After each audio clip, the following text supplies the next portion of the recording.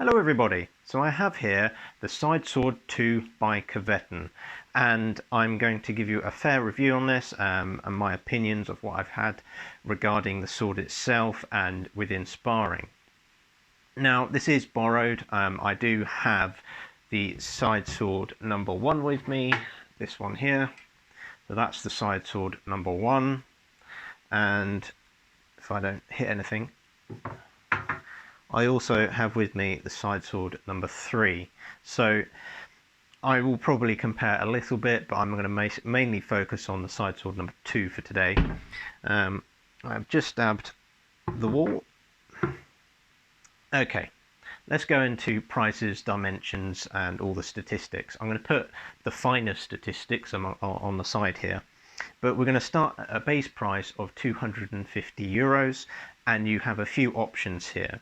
So an option is to have a spatulated tip or rounded tip. That's an extra €20.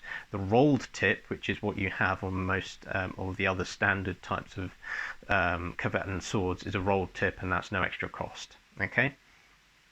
Another option is to have a leather or cord grip. Both are fine. I would probably prefer a leather, but the cord is just fine as it is. And you also have the option to have a knuckle bow added, and in this case there is a knuckle bow, so I have that for there for you to see. Okay, now I'll put this down for a moment and let's weigh it, and it should come to, well, the standard is 1055 grams. This is going to be a little bit more considering you've got an extra knuckle bow. Of course, they've got a couple of gram difference with the cord and leather grip, and there might be a slight variation in general because these are handmade objects. Okay, so we are setting at probably about, not as much more as I thought, is actually around 1055 grams. So I'm not sure if a few more grams has been added. I don't know, but that's a fair assumption there. Well, what the scales have told me there, but I would say that this knuckle bow would add a few grams. It's not much that difference, to be honest, but it does add a great deal more of hand protection for you. Okay, so lengths and dimensions. Okay, so we're going to have an overall length of 1100 millimeters, which should be correct. I'm going to measure this anyway because why not? Now this is about a centimeter more because I think it's got a spatulated tip rather than a rolled tip. So you're going to have like a little tiny bit more length with a spatulated or rounded tip. But that's pretty accurate, and we've got a blade length of 935 millimeters, and that is just about there. Yeah, I would say it's a fair length there. That's actually quite long for a side. Well, it's not crazy long, but it's blending into a rapier sort of length, like a very short rapier. And then we've got a grip length of 105 millimeters. Yeah, I'd say it's more than that because the type of pommel that it has actually increases the type of grip it has. So if you're including the metal part on the pommel, it's near enough 11.5 centimeters. That's actually quite long for a one-handed sword, but it's doable. It's still a comfortable sword. Okay. So the type of steel that is used, and this is kind of universal amongst a lot of the swords that Kvetun has, is they use 60C2A steel, and they harden it to a sort of 47 to 50 Rockwell, and that's fine. It's not too hard, and it's not well, it's not very bendy to the point it stays bent. It's got a nice spring to it. So if I show you here to a 90 degrees to a sort of a normal bend if you thrust, yeah. So a lot of the bend is going to be on the last 2/3 of the blade, and it's quite rigid in this portion here. That's due to the distal taper of the blade. Okay. You do have a very thick ricasso, not incredibly thick ricasso, but you've got quite a thick ricasso that leads out to a blade that slowly thins out towards the end, and then you've got a spatulated tip here. Now, regarding spatulated tips, I would rather have a rolled tip because I think they're safer, but it's nice here that you have the option to see what a spatulated tip looks like, and to be honest, it's fine when you get thrusted. It's no issue really when it comes to sparring. I do think in the cut, the point of the like the squaring off there, that's going to have a lot of, if you do a tip cut, that's going to have a lot of impact. But a roll tip might have a similar sort of effect anyway. But I do think the spatulated tip is just fine, and I do think that maybe during competitions you're gonna have to get a covering for that, whether it's like an electrical cap that you can shrink onto it, or you can, well, what Wessex Fleet used was this gel stuff that hardened, and then you tape that on. But overall, it's a fairly safe weapon to be thrusted fairly hard. There is a good amount of flex in that for the safety, and it's not incredibly wibbly wobbly. So if I do this, yeah, there's a little bit of movement here and there, but I'm getting a nice stiff blade that I can use to bind other weapons. Okay, so I'm going to go through all of the sword hit in itself, and I'll talk a little bit of the sparring, and I'll compare a little bit to the other swords. Okay, so we have a different pommel shape here. I'm not going to tell you what I think the shape is, but it's quite vulgar, to be honest. So we have this type of pommel. Yeah, it's fairly historical. I'm sure there are definitely side swords that have this type of pommel shape, but we have a peened pommel. It's not threaded. Peened is good. I prefer a peened pommel. Threaded means that it will probably come loose at some point. I've had that issue with my Regnier saber. I've had a huge issue recently with the side sword number 1. So peened, better, much better than the side sword number 1 in that sort of option. Okay. So yeah, a peened pommel, and the shape of the pommel when it when you incorporate the hands. Oh, it's got stuck on my wire.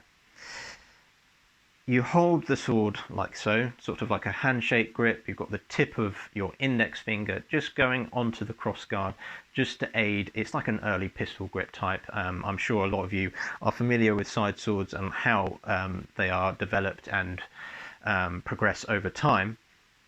But you know, the pommel in itself is not getting in the way. But I would personally think it should be bigger, and I'll tell you why later. It's to do with the balance of the sword in itself, but overall the pommel in itself doesn't get in the way. It's nice and comfortable because it's cylindrical, and it's there obviously to stop from slipping if you don't have the knuckle bow, but it is a decently shaped. I reckon this has been machine done. Of course, it's not you know, hand done. Is in a way that it's hammered into shape. It's done with a machine.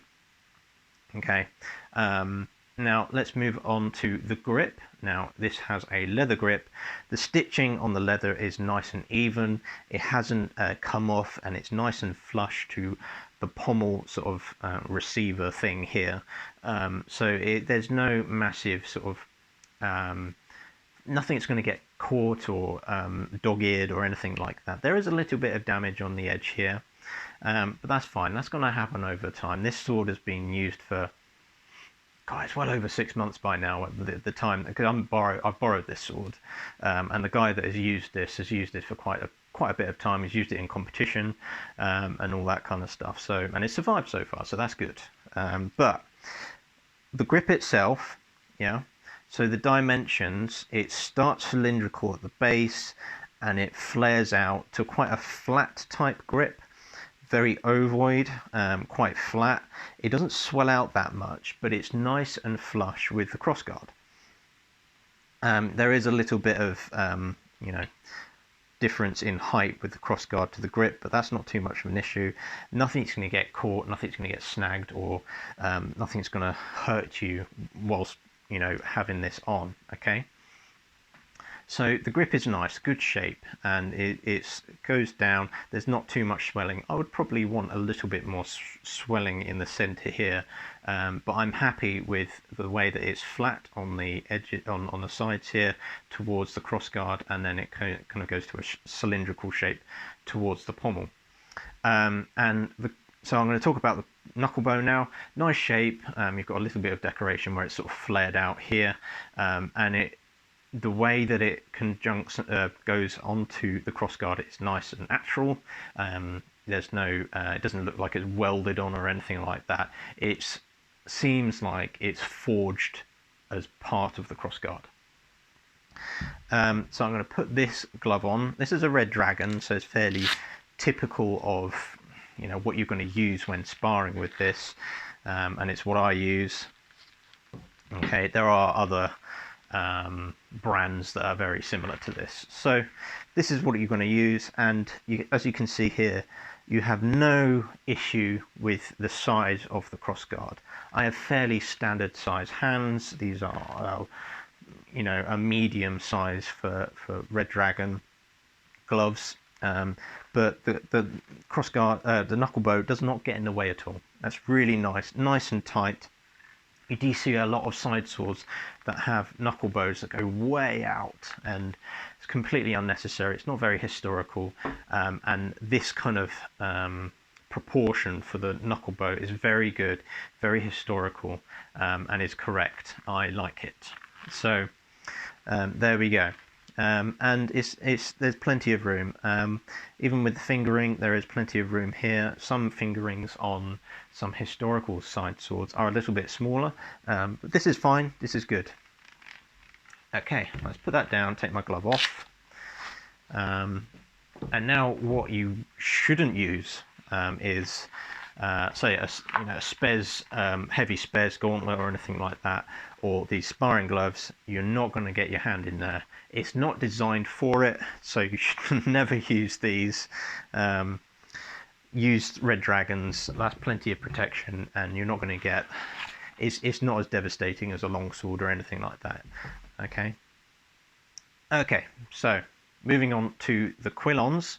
Now they're a nice shape. They flare out, and they get a little bit thinner, and they're rounded. And there's also like a mid-rib down the center of the crossguards. It just makes it nice and pleasing to the eye. Yeah, there's a little bit more done to the shape of these Quillons, and they're nice and strong. Okay, and they form as part of one unit with the rings, the side ring and knuckle bow, and this sort of echelon, escutcheon or whatever you want to call it, thing that flares out onto the ricasso. It's all one unit, and it looks very nice. Okay. Fingerings, as I said, they're nice shape. They're not too big, because you get some that are insanely big, and they're not so small that you're not going to be able to get a glove finger through it. So it is a fairly nice shape, and overall with the hilt, nice proportions. Okay, this side ring, which I really like, forms as part of the side rings, not welded on, and it's not peened on or anything like that. It is solid, one unit. Okay, and it does not touch the ricasso, but if you get some real hard hits, it might bend and end up touching the ricasso. Okay, so over time this seems to ring quite nicely. It's all solid, yeah, really nice, and it's taken some real hefty hits, so this has not come loose in any way. Yeah, maybe the very slightest, but I'm really having to pull on it. Okay, so no, this is nice and tight. Yeah, so I flick it, there's no sort of, doesn't sound like it's loose. Okay, and it feels very tight. Okay, also the pommel, is on there nice and solid as well to the tang. Okay, so I do like these side rings because this nice little roping here is a very simple decoration, but again, it's pleasing to the eye. They've made a little bit more effort on these swords, yeah, especially comparing to some other brands. So overall, I love this hilt. Really nice, yeah. Okay, so the blade itself, how does it handle? Okay, it's quite sluggish. I have to be honest, and I'm going to compare this to the other two, number 1 and number 3, is when you pick it up, God, it feels like it will hit hard. And it does to a degree, but I reckon it's because of the pommel and some of the furnishing. This pommel needs to be bigger to allow this blade type. Okay, so we have quite a thick and robust blade, especially on the fort, and it's fine on the foible here because of safety, and it will flex just like I showed you earlier. But we have here a fuller that has quite a thick blade and a thick ricasso, meaning that the point of balance is really far out. If I do this, yeah, so it's about 10 centimeters away from the crossguard, and that is affecting the feel of the sword altogether. Okay, so it feels quite sluggish, and it doesn't feel like it will move very quickly.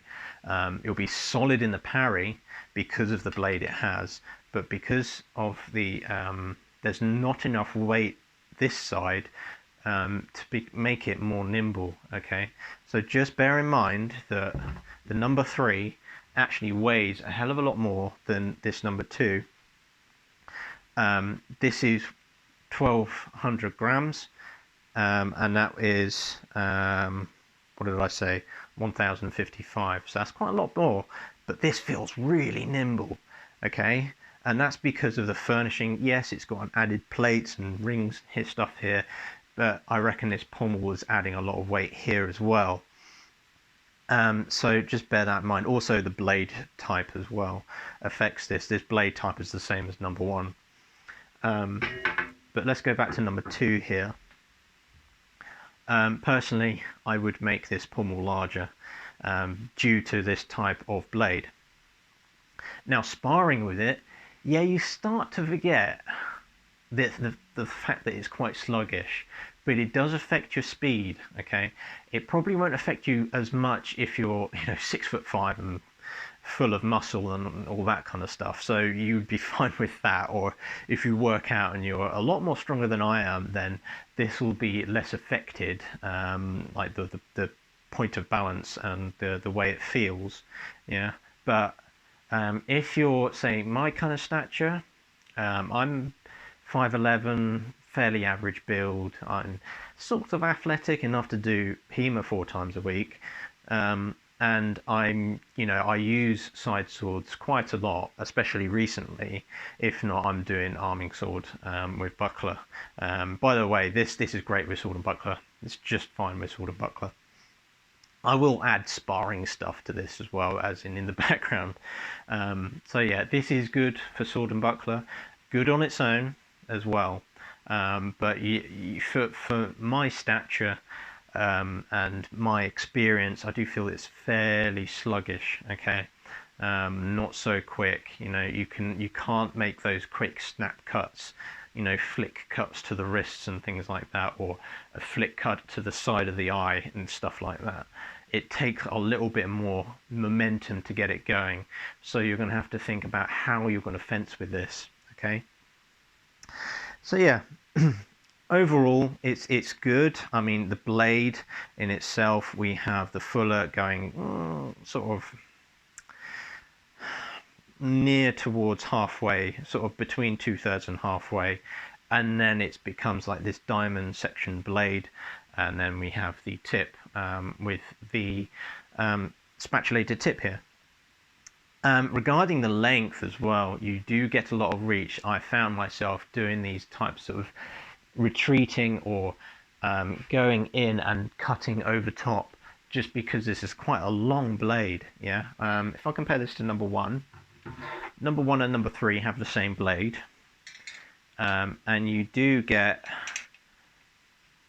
a little bit of difference in terms of the length. So number 2 definitely has quite a bit of a longer blade, and that gives you a little bit more of an advantage when you're using distance. Okay, so when you're doing these types of really long cuts that are when you retreat, or if you go for a thrust or a stop cut or anything like that, you have a little bit of extra advantage. So consider that for when you're sparring and in your competitions and stuff like that. Okay, yeah, I'll finish up there. Yeah, I hope this has been useful. I've had a fair bit of sparring time with this, but again, this is borrowed, and I shall be returning this to the guy soon. I've had a good time with it. I do think it's sluggish. I do think the pommel should be larger, but it is robust. It's taken hits to the crossguard and it's stayed nice and solid. The blade itself has taken binds and hits and parries, and the blade itself is I can do this and he's never filed it, the guy who borrowed it off. Okay, so, and there's no burrs whatsoever. There are little dents here and there, very minor. So this is a very robust sword. It can take quite a bit of punishment, I must say, especially considering that number 1 went through a few competitions and a fair bit of sparring, and it's bent here and there, the pommel's gone out of line and all that kind of stuff, whereas this has stayed completely solid altogether. So do that with what you will. Do you want to get something that is robust and is going to last you a really long time, however is quite sluggish, or do you want something that's nice and whippy and nice and quick and light and feels better in the hand, but is less robust and will probably take a bit of damage and denting over time? Consider also the fact that these two swords, the number 1 and number 2, are very similar in price. Okay, the number 3 is on a little bit of a different level. It's costs quite a bit more than the number 1 and number 2. Okay, so yeah, I shall leave it there. I've probably talked far more than I should have, but it's been a pleasure reviewing this, and yeah, if you want to buy a side sword number 2, just consider it. The warranty is 1 year. Okay, if anything happens, Kvetun will cover it. Okay, and also consider the when you buy this, you are going to have to take a bit of time, or they take a bit of time to actually make this, because these are handmade objects. They're made to order. So once you buy it, you're going to have to wait some time. Okay, so just consider that. It's definitely not like Amazon where you can buy it and you get it the next day. So just consider that. Okay, it is an investment. These aren't cheap, and these are on the whole fairly standard prices on the market. Okay, so I hope you have a good day, and I shall see you guys on the next one, and to review the number 3 side sword by Kvetun. Cheers folks.